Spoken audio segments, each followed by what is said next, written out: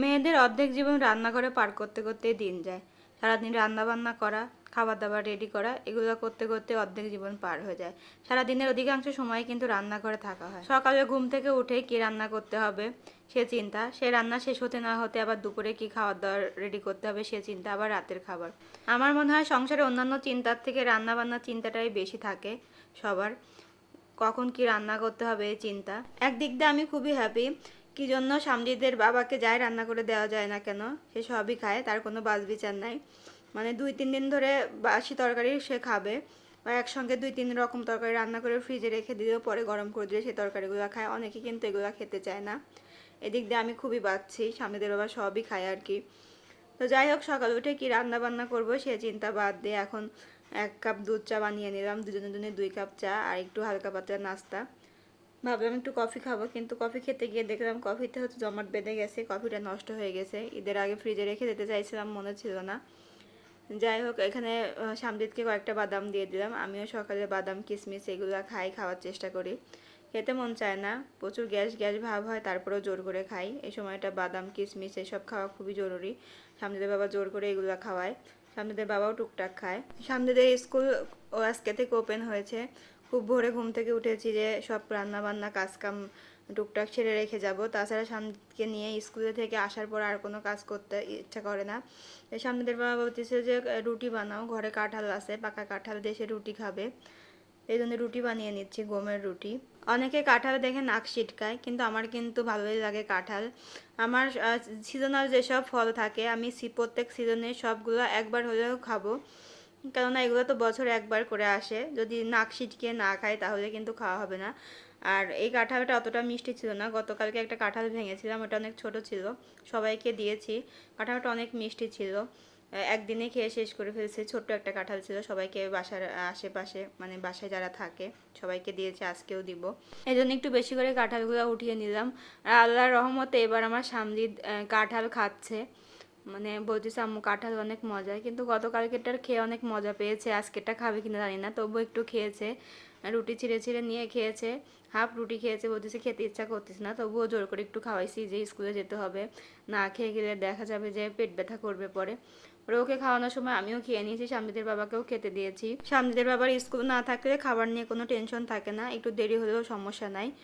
আর যদি স্কুল থাকে তাহলে দেখা যায় যে 8:30টার মধ্যে খাবারটা রেডি করে দিতে হয়। তো সামনের দিকে স্কুলে নিয়ে যাওয়ার আগে আমি এখানে হচ্ছে কিছু পায়া ভিজিয়ে রেখে যাচ্ছি, গরুর পায়া নেহারি। এসে পরিষ্কার করে রান্না করব। ঈদের মধ্যে সব ওই রকম করে রেখে দেওয়া হয়েছে, আর পরিষ্কার করা হয়নি। ভাবতেছি যে ফ্রিজও ফাঁকা হবে কিছু, রান্নাও হয়ে যাবে। আর এগুলো কিন্তু বেশি দিন ধরে রেখে দিলে বেশি ভালো থাকে না। আর কালকে কিছু কাপড় ধুয়ে দিয়েছিলাম, সে কাপড়গুলো বৃষ্টির কারণে শুকায়নি। এটা হচ্ছে আমার ছাদ আর কি। ছাদে দেওয়া আলসেমি লাগে, আর ছাদে হচ্ছে বারবার ওঠানামা খুবই বিরক্তিকর, বৃষ্টি হচ্ছে ফোটে ফোটে, এই জন্য ঘরের মধ্যেই দিয়েছিলাম। তো কাপড় চোপড়গুলো শুকিয়ে গিয়েছে, উঠাবো, উঠিয়ে দিলাম কয়েকটা উঠিয়েছি, ভাঁজ করে নিয়েছি। আর এখানে সামজিদকে নিয়ে স্কুলে গিয়েছিলাম, স্কুল থেকে আবার এসে হচ্ছে এখানে রান্না বান্নার জন্য প্রস্তুতি নিচ্ছি, দুপুরে রান্না বান্না। ওই যে বললাম যে মেয়েদের অর্ধেক জীবন কিন্তু রান্নাঘরেই কেটে যায়, আমারও সেম অবস্থা। সকালে কিন্তু রান্না বান্না করে সকালের কাজ শেষই করতে পারি নাই, আবার দুপুরে রান্নার সময় হয়ে গেছে। এখন প্রায় 12টা বাজে, তখন রান্নাঘরে ঢুকেছি। আজ রান্না করতে করতে খুবই বিপদের মধ্যে পড়ে গিয়েছিলাম এই পায়াগুলো রান্না করতে গিয়ে।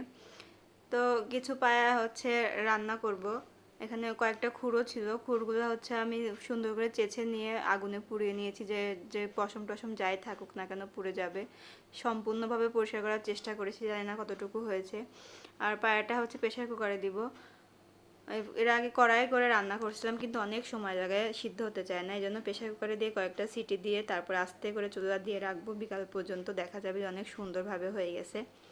জন্য হাতে মাখিয়ে নিচ্ছি সব কিছু দিয়ে, পেঁয়াজ রসুন বাটা মশলা, আদা রসুন বাটা সব কিছুই দিয়েছি, ফল এলাচ জিরা এই সব কিছু দিয়ে হাতে মাখিয়ে পানি দিয়ে দিব। এই পানি দেওয়াটাই হয়ে গেছিলো আজকে বিপদ। আমি আজকে বুঝতে পারি নাই যে হচ্ছে পানি দেওয়াটা বেশি হয়ে গেছে, যার কারণে প্রেশার কুকারের ঢাকনা আটকে চুলার পর দেওয়ার পরে 2টা সিটি দেওয়ার পরে একদম সব যা উপরে তেল বা ঝোল ছিল সব একদম বের হয়ে সারা রান্নাঘর একদম ছিটে গেছে। আমি তো খুবই ভয় পেয়ে গেছিলাম যে ব্লাস্ট না হয়ে যায়। পরে কোনো সমস্যা হয়নি, পরে আমি মুখ খুলে ভাপটা বের করে দিয়ে কিছু পানি কমিয়ে নিয়েছি, যে পরে আস্তে আস্তে দিব। কিছু পানি কমিয়ে নিয়ে 5-6টা সিটি দিয়ে নিয়েছি আগে। তারপরে আবার উঠে রাখা ঝোলটুকু পরে দিয়ে আবার 2-3টা ছিটি দিয়ে এটা হচ্ছে কড়াইয়ে ঢেলে দিছি। তারপর কড়াইটা একদম আস্তে করে দিয়ে অনেকক্ষণ জাল দিয়েছি, একদম বিকাল পর্যন্ত আর কি 2-3 ঘন্টা একটানা জাল দিয়েছি একদম আস্তে দিয়ে। একদম সুন্দর হয়ে গেছিলো রান্নাটা, অনেক সুন্দর হয়েছে। টেস্টটা কিন্তু প্রথম দিনে মাশাআল্লাহ হয়েছে। এটা যত জাল করা যায় তত বেশি মজা লাগে, কিন্তু আজকের দিনে প্রথম জাল দিয়েছে তাতেই খাওয়া যাচ্ছে। আর এদিকে কিছু কুচি আলু ছিল বেশ কয়েক মাস আগের, মানে খুবই কুচি আলু খাওয়ার ইচ্ছা হয়েছিল, ছোট ছোট আলু, ওটা কিনে রেখেছিলাম আমি ফ্রিজে। ওটা হচ্ছে ফ্রিজ থেকে বের করে খালাকে বললাম, খালা আপনি একটু ছোট ছোট করে কেটে দেন, আমি ভাজি করি। তো ওই আলুগুলোই ভাজি করতেছি। আলু ভাজিটা আজকে অনেক মজা হয়েছিল।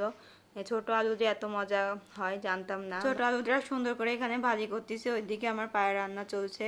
পায়ে রান্না করতে গিয়ে চুলা টুলা একদম বাজে অবস্থা, রান্নাঘরটা একদম আটা হয়ে গেছে, যেহেতু সম্পূর্ণ তেল ছিটে ছিটে পড়েছে। আজকে রান্নাঘরে প্রচুর সময় দিতে হবে, প্রচুর ঘষা মাজা করে রান্নাঘর পরিষ্কার করতে হবে। ভাজিটা হওয়ার পর পায়াটা কিছুর অংশ নিয়ে স্বামীদের বাবাকে কোনো মতো খেতে দিলাম। দুপুর 1টা বেজে গেলে স্বামীদের বাবার আবার প্রচুর ক্ষুধা লাগে। তারপর স্বামীদের বাবাকে খেতে দিয়ে আমি রান্নাঘরটা পরিষ্কার করে নিয়ে পায়াটা আরও অনেকক্ষণ জাল দিলাম। প্রায় 4টা পর্যন্ত পায়াটা জাল দেওয়া হয়েছে, একদম একদিনে পারফেক্ট হয়েছিল রান্নাটা। পায়া কার কার পছন্দ অবশ্যই জানাবেন, আমার কিন্তু পায়া খুবই পছন্দ। এভাবে নেহারিও বলে অনেকে, পায়াও বলে অনেকে, আমরা নেহারি পায়া দুইটাই বলি। তো এটা কার কার পছন্দ অবশ্যই জানাবেন। আর ভিডিওটা কেমন লাগছে কমেন্ট করে জানাবেন, অনেকে কিন্তু কমেন্টস করেন না, কমেন্ট করলে কিন্তু আমাদের খুবই ভালো লাগে। যাই হোক আজকে এ পর্যন্ত রাখি, সবাই ভালো থাকবেন, আল্লাহ হাফেজ।